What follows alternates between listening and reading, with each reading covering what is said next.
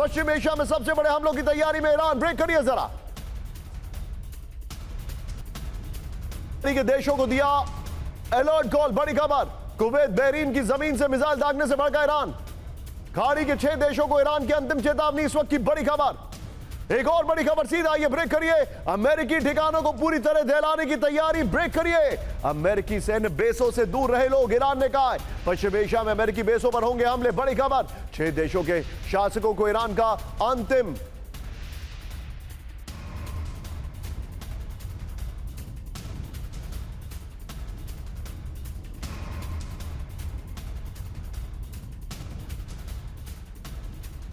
दोनों ब्रेकिंग लिखिए जरा।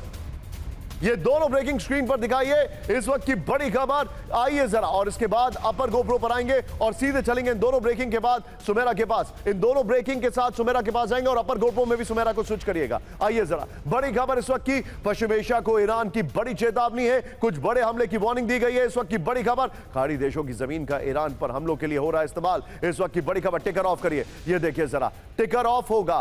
पश्चिम एशिया के सभी अमेरिकी बेस ईरान के टारगेट पर है। ये रिपोर्ट आ रही है।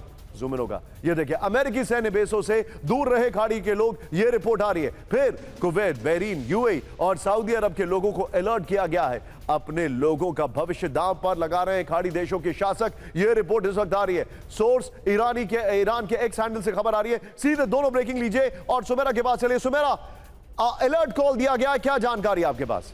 निशांत, ईरान ने ये अभी तक जो उसने हमले किए हैं उसमें उन्होंने बताया कि उन्होंने कुवैत, बहरीन और जॉर्डन पर हमले किए हैं। इन देशों की तरफ से भी ये बताया जा रहा है कि किस तरह से जो हमले हुए हैं उन्होंने उन्हें रोकने की कोशिश की है।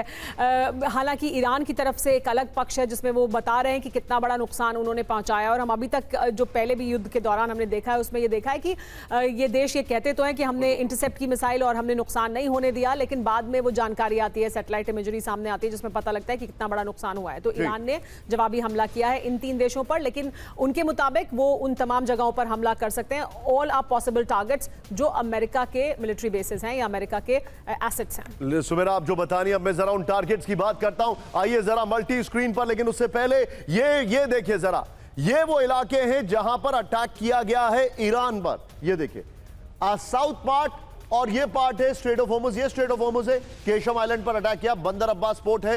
अबू मूसा आइलैंड पर अटैक किया गया।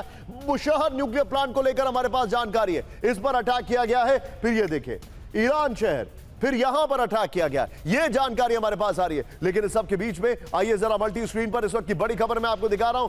सबसे पहली खबर जो आ रही है वो ये विजुअल है हमारे पास। बहरीन में ईरान का जबरदस्त हमला, ब्रेकिंग और शॉट। अमेरिकी सैन्य ठिकानों पर बैलिस्टिक मिसाइलों से अटैक। बड़ी खबर।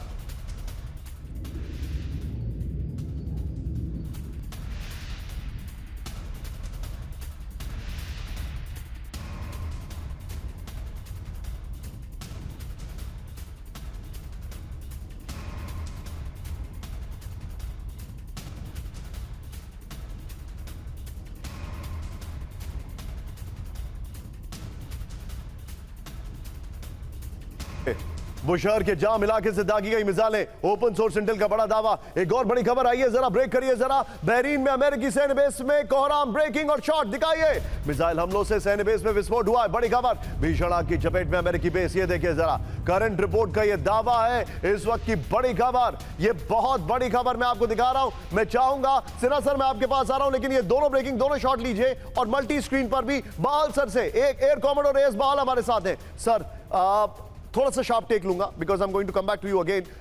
सर, ये जो अटैक किए गए ईरान की तरफ से, जो जानकारी है, they are quite lethal. America को नुकसान होना शुरू हो चुका है। बिल्कुल सही कह रहे हैं। जय हिंद बुलाने के लिए बहुत धन्यवाद, और जय हिंद अदर को-पैनलिस्ट को भी। सबसे पहले कहूंगा, ये स्ट्रेट्स ऑफ हॉर्मुज के कंट्रोल का युद्ध है। इसी वजह से जितने भी अटैक्स अमेरिका कर रहा है, अगर रेलवे ब्रिज को छोड़ दें तो सब कोस्टल एरियाज में है जहां से मिसाइल्स, ड्रोन्स और एंटी शिप मिसाइल्स को लॉन्च किया जा सकता है ताकि स्ट्रेट ऑफ हॉर्मुज का कंट्रोल लिया जा सके। लेकिन जहां से भी हमले हो रहे हैं, ईरान वापस वहां हमले कर रहा है। और बहरीन की आपने बात करी, वो तो ना केवल 5th फ्लीट का हेडक्वार्टर्स है, बट वहां पे कमांड एंड कंट्रोल सेंटर भी है, लॉजिस्टिक सप्लाईज भी है, मेंटेनेंस भी वहीं से की जाती है। तो देखिए जितनी बुरी तरह से वहां पे हमला होता है उतना ही नुकसान अमेरिका को वॉर एफर्ट को सपोर्ट करने में रहेगा। आखिरी चीज मैं इस पे ये कहना चाहता हूं कि इस समय टिट फॉर टैट स्ट्राइक्स जो चल रही हैं, अमेरिका कभी नहीं दिखाना चाहेगा कि स्ट्रेट्स ऑफ हॉर्मुज का कंट्रोल ईरान के पास चला गया है, और ईरान कभी भी नहीं चाहेगा कि स्ट्रेट्स ऑफ हॉर्मुज का कंट्रोल उसके पास ना रहे, क्योंकि लॉन्ग टर्म के लिए उसका बहुत ही फायदेमंद है।